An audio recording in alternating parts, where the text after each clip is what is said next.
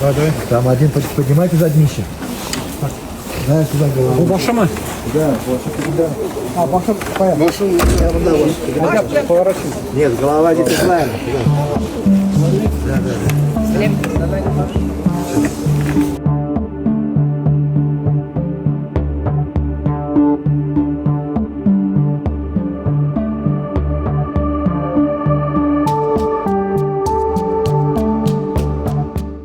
Мен хатırlayым Халим Ұлы Саурыш ауылында жашаганда олардың мына моторика оқуларын соңғы уақытта ғана Халим отпускаға қатқаш менде Зүлфия белән алар приемда булдылар. Киләчәк тормышлары турында сөйләшеп, киңәшләшеп утырган идек.